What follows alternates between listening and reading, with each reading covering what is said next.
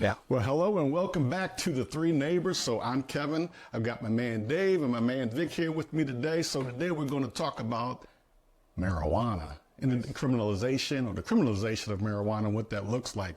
No matter what side of the fence you sit on, politically, racially, you have an opinion and it doesn't really line up with that. So we're just going to jump in and talk about marijuana. So now that you're kind of freshly into this country, what do you think about marijuana in the U.S.? I didn't know that was down with me, but I mean, you know, I get very nervous in a sense because I think for the first time I see here in the U.S. I notice that people are very.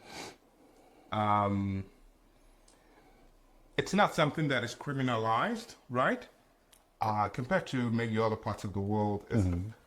In Europe, it's not also criminalized as well. Like in the Netherlands, it's not. But in the U.S., what's different for me personally is that you could tell when someone is using it, right? Or maybe perhaps my problem is usually when people use it, and you could tell because it's, their car, smelling of marijuana, or they're, somehow they have this body odor that is marijuana-ish, And that's just the only thing that kind of turns me out personally. But I'm sure that it's possible that you can also use it and still have great hygiene. Yeah. So I don't know if that's a correlation there between the way people use the marijuana and having poor hygiene. I don't know if that's a thing, but that's just been my observation. Yeah. But in terms of people using it, I'm sure that people use it for many reasons. Some for recreational, medicinal.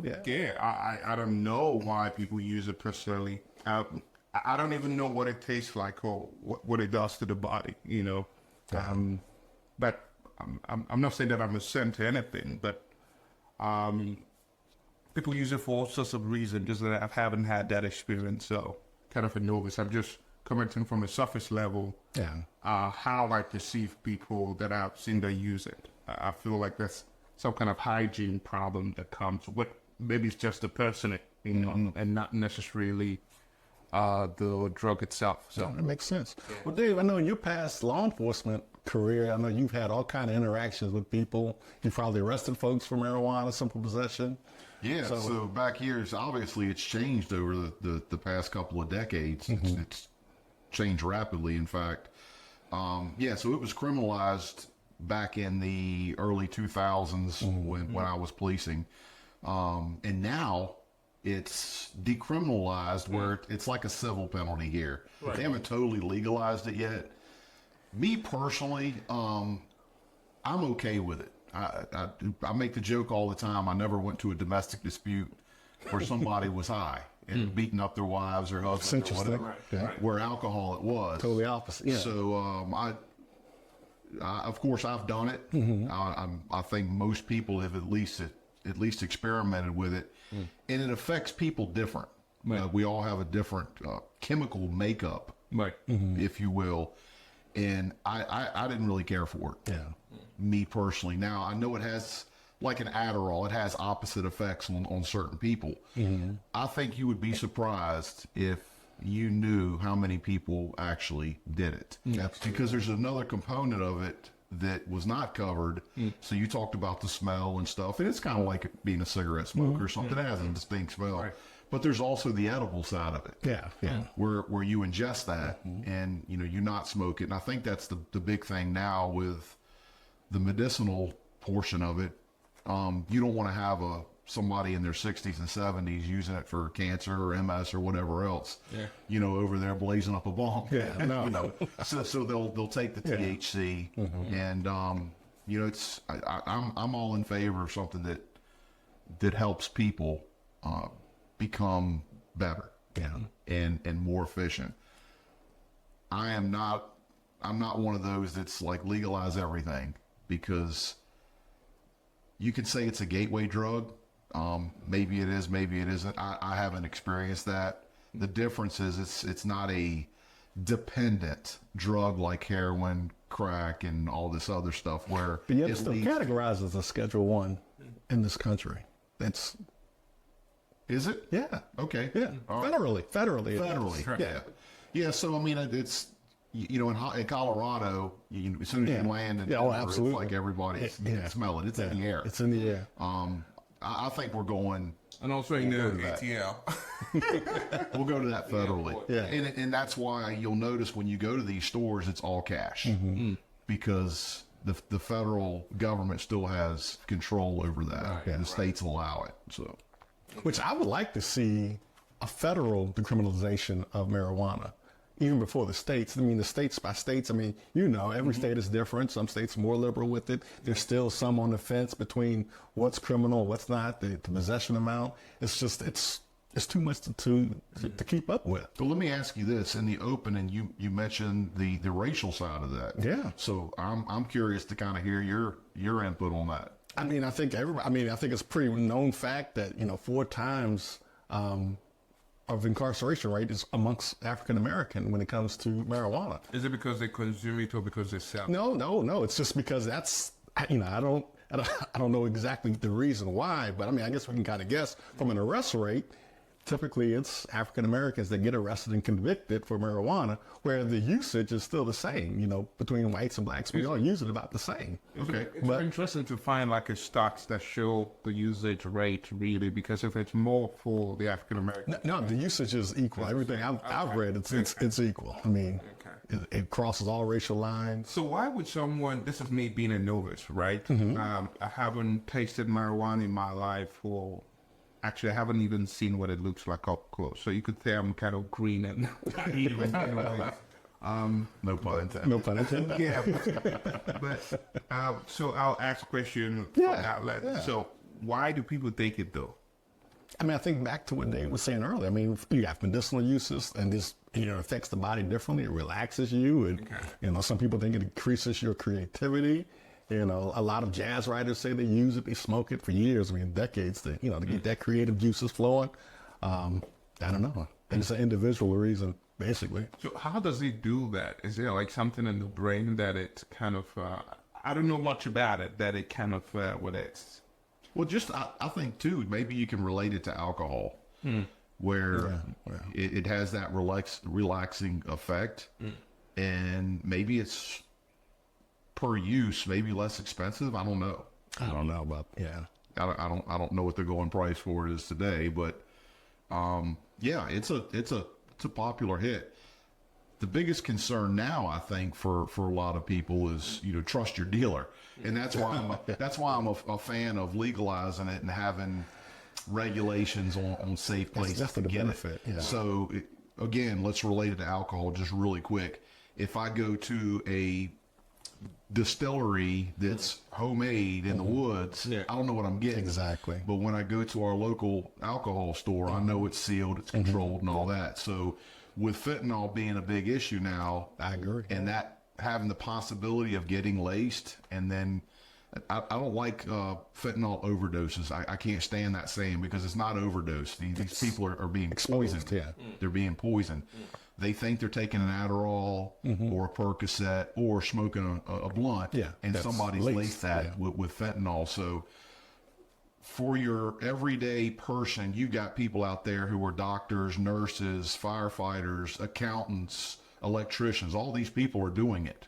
So if they want to do it, why not allow them to make it safe while they're off? Okay, just like alcohol. Yeah, but why would they do it? Is it because they need to be, is it because they're anxious and it helps them to calm down? I've had people say that a lot, that it sort of helps to kind of, you know, Reduce the anxiety. Yeah. But is that the reason, or because we want to be more creative, or be somehow, I don't know. I'm just confused around, because there are other alternatives here. Alcohol could do something similar for most people, or maybe why not take a particular prescription that might help also if it's anxiety, maybe Ritalin or so, to kind of help. So why, or is it like a lifestyle for most people, that they see people smoking marijuana and they feel they need? Now, let's not talk about it being recreational, something that it's like a medicine you have to take, but like smoking it particularly. Is it because it's become a lifestyle and most people feel it's something cool to do? I think that's a portion of it, but I also believe I think you hit on something important, was that anxiety. it will reduce it. If you've had a stressful day and things are going crazy, and again, this is based on my experience personally, and again, it's been a while since I've used it. Again, I'm not a fan of it, but I do see the effects of it for a lot of people. What does it do when you have it in your edges? What just describe it for me?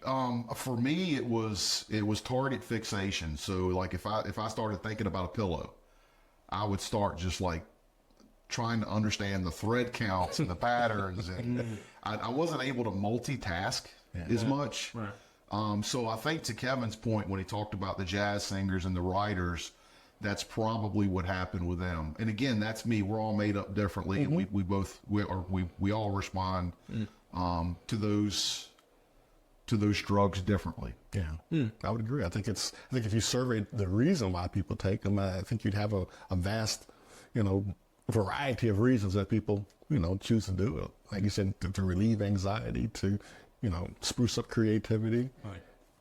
So. Well, how about this? How about on our next episode, we'll blaze you up, and then we'll do it. You can give us your experience. Well, you didn't hear that. Just hang it there with me back. Just don't have a second, I'll be back. Let me put some sense in it, okay? I saw we were coming up on that. Yeah, I like that. That was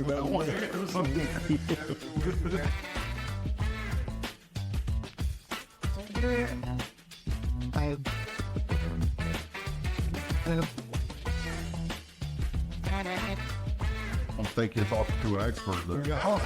we can try. See where we go with it. Yeah. No, when you're talking, there's none of that. Okay. Okay. Hey guys, welcome back. This is the Three Neighbors. Three. And I'm Victor. This is Dave, and this is Kevin. Kevin is actually the one moderating today, but I had wanted to ask a question, especially as we're talking about marijuana. At what age should someone use marijuana? What would you say if you find out that, let's say, what if a child that's using marijuana, is that something that you'll short against? If it's no longer criminalized, is that something that you will short against, and why? Well, we're going to have that conversation because we know that the male brain and the female brains develop differently. Yeah. Okay. So it's gonna take the male brain a little bit longer to develop. The less toxic materials we can put into those brains at those younger ages is better. So I think we should have those conversations. But at the end of the day, if they want to come and do it, I would just say that, hey, do it under my watch.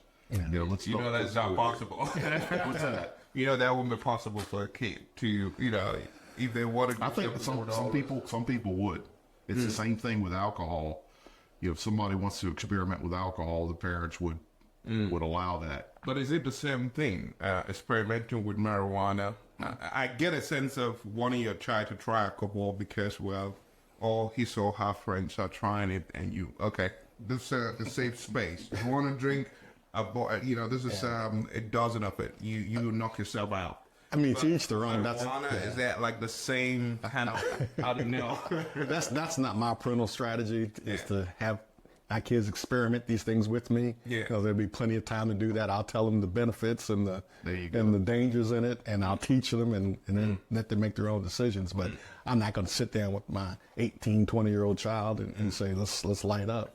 But to today's point, I think when you talk about marijuana, the developmental stages, I'm sure there's some scientific information that shows that what the impact, because we know what the impact that alcohol has on younger brains. What's the impact of marijuana on younger kids? So 18, 19, 20, we talked about developmental stages, and they're not finished being developed at 20 years old. So, and what if the child tells you that it helps them to concentrate at school? What will you do with it? I think it's funny you said, well, so and so's done it before. My response, no, they haven't. No, they haven't. Just stop. You're trying to relate me to somebody else's father, no, that's not going to happen because their kids are going home saying the same story. Absolutely. You know, because they want to be Jack's dad lets him do it. Oh, really? Okay, well no. Jack's dad's not letting him do it. So No. So it sounds like what you guys are saying is that indeed, having marijuana, allowing your child having marijuana, even in the safety of their home, which you there be watching them, it's a no, essentially. If it's in the home and they're doing it there like on a constant basis, that's a no for me. Yeah, it's no for me too. So, but then what if it's something that the child wants to experience and want to be? They like an experience in my house. Means that they can still do it, but then outside of the. It's going to have to be outside of my house. Yeah, and that's where we differ. Yeah. I would probably allow them to do it once, and then again control, because for me personally, I don't want their first experiment to be at a party. Right. Where it's unlimited drinks, unlimited smokes. I want to be able to control that. Now, if you want to experiment and you want to smoke it, then hey, we'll take a couple of hits and then we'll call it a day. I'm in control of that. But that's me. Yeah. Because that's a reverse psychology there. Because when a child, when he or she tries it and say that, well, okay, this is not what I think it is. You know, I might as well just keep up on this. But then there's something that happens, especially for young people, when you restrict something from them, they will always want to find a way to test it out. Rebellion side. I know. But as a parent, let's say a parent that's listening to this, what will they do if their child wants to experiment and did experiment and actually likes it? Again, I am a parent. I'm not your friend. Yeah. Okay? We need to make that clear. So I am your parent. So if you take a drink or two or a puff or two and you want more, no. So let me ask you guys this. Do you want your kids to experiment everything for the first time in your home, in your supervision? Then I do mean everything. No, not at all. So but how do we do we want How them can we even protect them from not thinking about experimenting? but you want them to experience alcohol and marijuana under your supervision. That's a subject we're on. Yeah.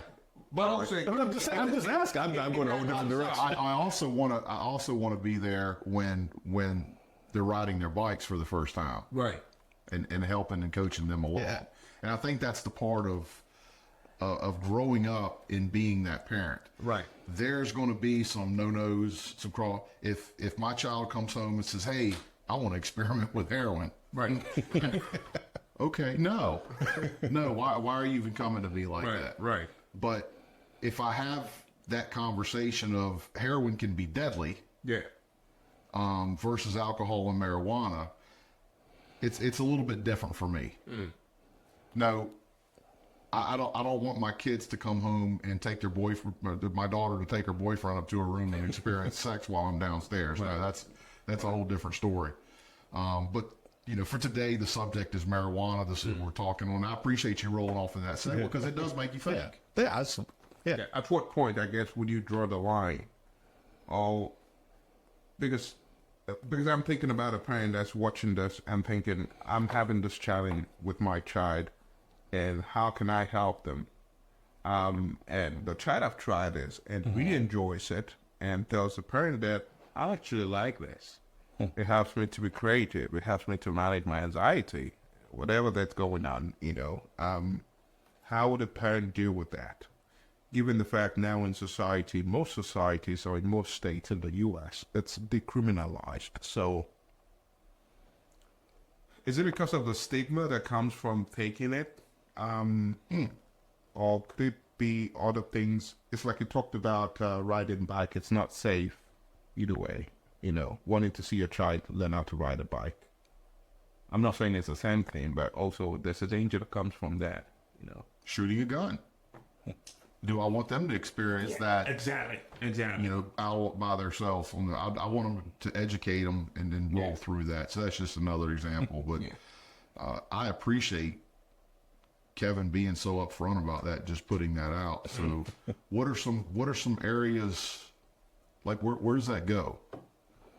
But also I think it has to do with culture, though. Because in cultural contexts where smoking marijuana is something that is very common, Most people might not. There's no stigma attached to that. I guess it won't be much of a problem. I'm sure in most Rastafarian households, where the mom, the dad, the aunties and uncles, everybody smokes marijuana around the kids. I'm sure that at some point the father or the mother will want to try. Okay, you want to try that out? Yeah. So maybe there's something about that is cultural, that it's making it to be stigmatized in a context where it's not. I know, for example, in Russia, almost everybody there smokes. And the reason why they smoke is because it's really cold, right? And so it's something that is more cultural. Smoking is not stigmatized as much. Smoking marijuana? No, just cigarettes. yeah. Okay. You know, it's like part of the culture. So maybe there's something about culture, and because of that, we see it as something that is not good per se. Whereas in some societies, it's not so much the focus. Maybe that's the thing. Well, you talked about it before we started this episode. Was you're not a drinker, but if you go out to dinner, you'll probably have a glass of wine, just socially, right? Just because I don't want to. You don't want to be awkward. Yeah, I don't want anyone to feel. So maybe that's the same thing for some of these kids that go in. I mean, we've all been there when you go to a party. And, Absolutely. I remember carrying a big gulp with just Pepsi in it, right? And, hey, you want anything? And it's like, no, I'm good. Right. It's not that I didn't want to have any alcohol. I just love seeing drunk people. Really, I do. Sober, Yeah, when you're sober, it's a great experience to just watch everybody else. You know what's funny? I'm sorry to cut you short. You just say that, it reminds me of something. When I go out with Jetsy, my wife, because I don't really drink, so I normally get like a glass with ice, and then I put Pepsi or something on it, and people think I'm drinking. Just to kind of fit in and not make everyone feel awkward, you know. Put a little lime or something with punch on top. Yeah, I don't think there's no shame in going out and having a Pepsi and just having it in a bottle or whatever. But also, I think that's the way the world makes it to look like. Like, for example, if you go to a place and bar, everybody's having an alcohol. If they okay, you have a non-alcoholic drink. Usually they rarely have. People look at you in a funny way, right? And so you want to and so what I do nowadays is, in Sydney, there's something called lemon wine bitters. It's like kind of it's not alcoholic, but also it's like kind of cool as well. So in most cases, it's just I guess society plays a role in why people get addicted to things. Or I think it may be.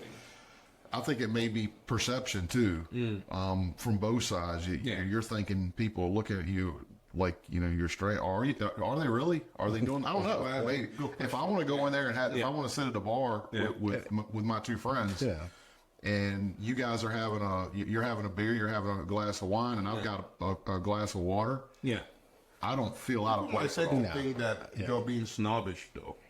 I don't care what other people think. Guys, I'm amongst my friends. That's what's wrong with social media now, is they have so many people that know nothing about them that are judging them. Exactly. I know that's a whole new category. I'm not going to get off on that. We'll talk about that one day. Yeah, it's just, I don't know. The older I get, the less I care about what absolutely. About. Yeah. Kind of. That is true. Yeah, whether or not people, whether we should drink when we're in a circle of friends, it's another thing. But it makes sense. Sometimes, you shouldn't care less about what people say. No, not at all. Perceive it. But on the other hand, most people might not say anything. But I think if you're in a group of 10 and everyone is drinking, have a bottle of beer or something, and you have water or Pepsi, I don't know if that. Maybe next time they're calling the catch-up or meeting, they wouldn't invite you. No, I don't think that's the case. I don't know. I mean, but there's so many reasons why people may be abstaining, whether they are recovering or they may be on medication that they can't mix with it, or they got DUIs, so now they don't. That becomes and sometimes I use that. Sometimes I'm like, I'm not drinking because I'm. But I don't feel like you should have to give anybody an account for why you're not drinking. People don't feel a certain way, we are the ones drinking and you don't drink, so we are now the, No. I think that may happen in your adolescent age, right? Or your teenage years, maybe up to your 20s, mid-20s. Yeah. At our age, nobody thinks like that. Because abstaining from it is a good thing anyway. That's correct. Yeah. So back to the marijuana. You brought up a question that I've been pondering, and that was if a child comes to you and says, "Hey, it helps with my anxiety." Me personally, I would probably schedule an appointment, a medical appointment. I would agree. Yeah. To see if there's another drug or medication out there that would help with that. But some would say that they'll probably end up giving him Ritalin, which is an anxiety-reducing medication. It's a substance, it's a chemical substance, but then the marijuana is a natural, organic, so someone would Make a personal choice in which direction you want to go with. Yeah. Yeah, but let us know what you think, and if your child comes to you and tell you that, he or she wants to use marijuana to help kind of manage the anxiety, would you allow them to do that, or would you kind of spank them or take them to a doctor? Let us know what you think on the comment box. We'll be back. You say spank them? Surprise.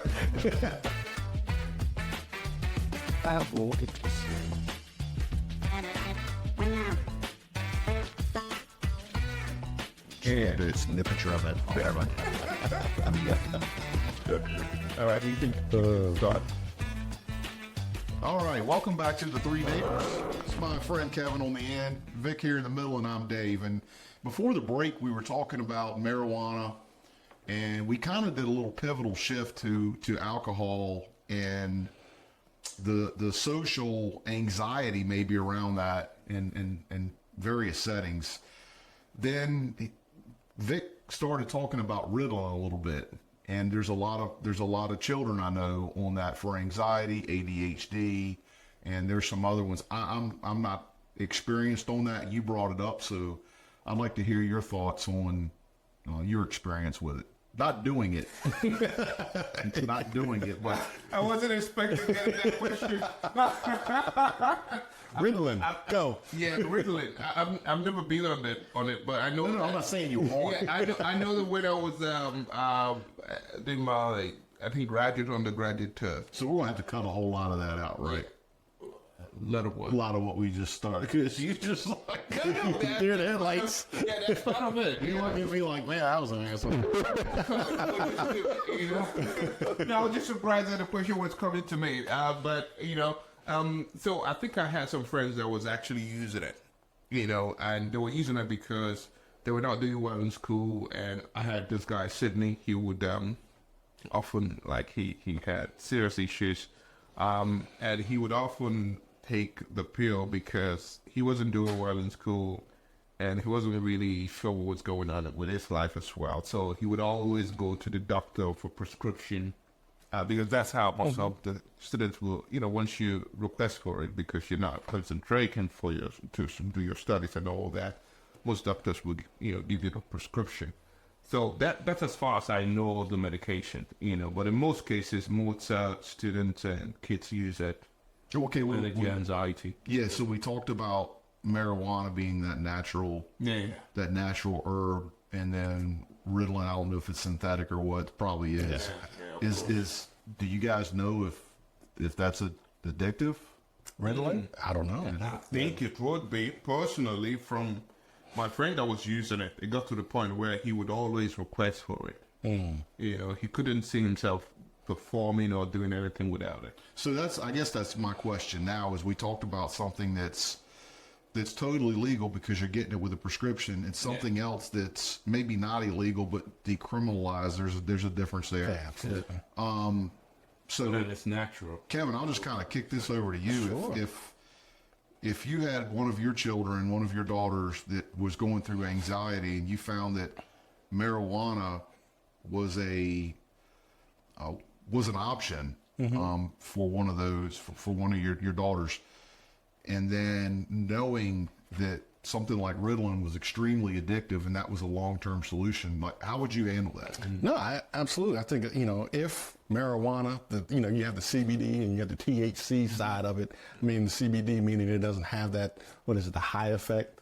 I would definitely explore it as an option. I would rather than be on a natural type of herb like marijuana, as opposed to, like we're talking about, Ritalin and getting addicted to it and being on it for life. I mean, you know, and the side effects that come from taking that to your body. I mean, you know, we don't even know yet. It's still fairly a new drug, probably within the last, decade or two. So long term, we don't know what the effects is going to be on the body. So Yeah, and how that affects. So I think you guys know in my background with being a tactical driver and an instructor there, I was involved in crashes every day. I mean, every single day. Yeah. So that has some long-term effects on me. Now I knew that I was going to be on medication for life. So when I went to my doctor, I asked her, "Hey, can I try marijuana? Is that something that?" No. Absolutely, that's a no-go. You must stay on these.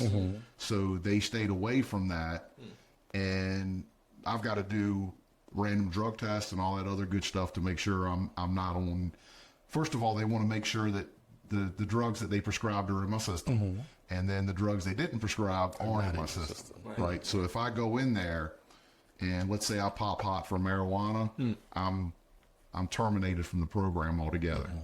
So I think the government highly restricts some of these doctors from prescribing marijuana because, like we said earlier, federally it's illegal. yeah. What are your thoughts on that? You just, as you were talking about your background and being a tactical driver, it made me think about kind of going back to our original conversation about marijuana and the legalization of it. What impacts currently right now? There is no standard way to test people from a DUI standpoint with marijuana, correct? It's coming, yeah. It's coming. Yeah, but there's I know there's some ways to do it. Yes. But that'll lead to an arrest. So you can arrest somebody, but will they get conviction of driving under the influence currently today? there are some areas where there's DRE, drug recognition experts that these officers actually go to school for to identify all types of different drugs that are in your systems. And you do the eye test. There's a what they call a horizontal gaze nystagmus, and that's for the alcohol. All right. Well, there's one for the drugs, which is vertical, and that's testing up and down. So it's not just one test. It's a combination of behavior, maybe the vertical test, and maybe a couple of others that leads to what they call the totality of circumstances. It's just evidence so overwhelming that Right. that Right. Did your doctor tell you why she didn't want you to be on marijuana? no, it was just a no, don't do it. Okay. Is it because of the legal? Yeah, because these pain management doctors are heavily regulated by the DEA. One area of misconduct and they lose their license. Well, if you're familiar with pain management, that's all they specialize in. I watched the movie on Netflix on that. Which one? Is it Painkillers? Yes. Yeah, It's really good. Yeah, that's a great show. It's really good. Yeah, interesting. Wow.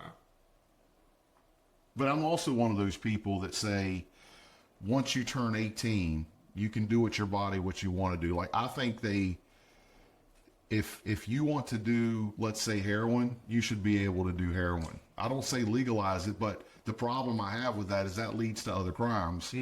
Because with heroin, you can't work or anything like that. So now you start robbing, It's burglarizing also places. highly addictive, and that's why it will be a lot of unintended consequences. No, but I get that. And I also believe that I shouldn't have to go to a doctor to get a prescription for Ritalin.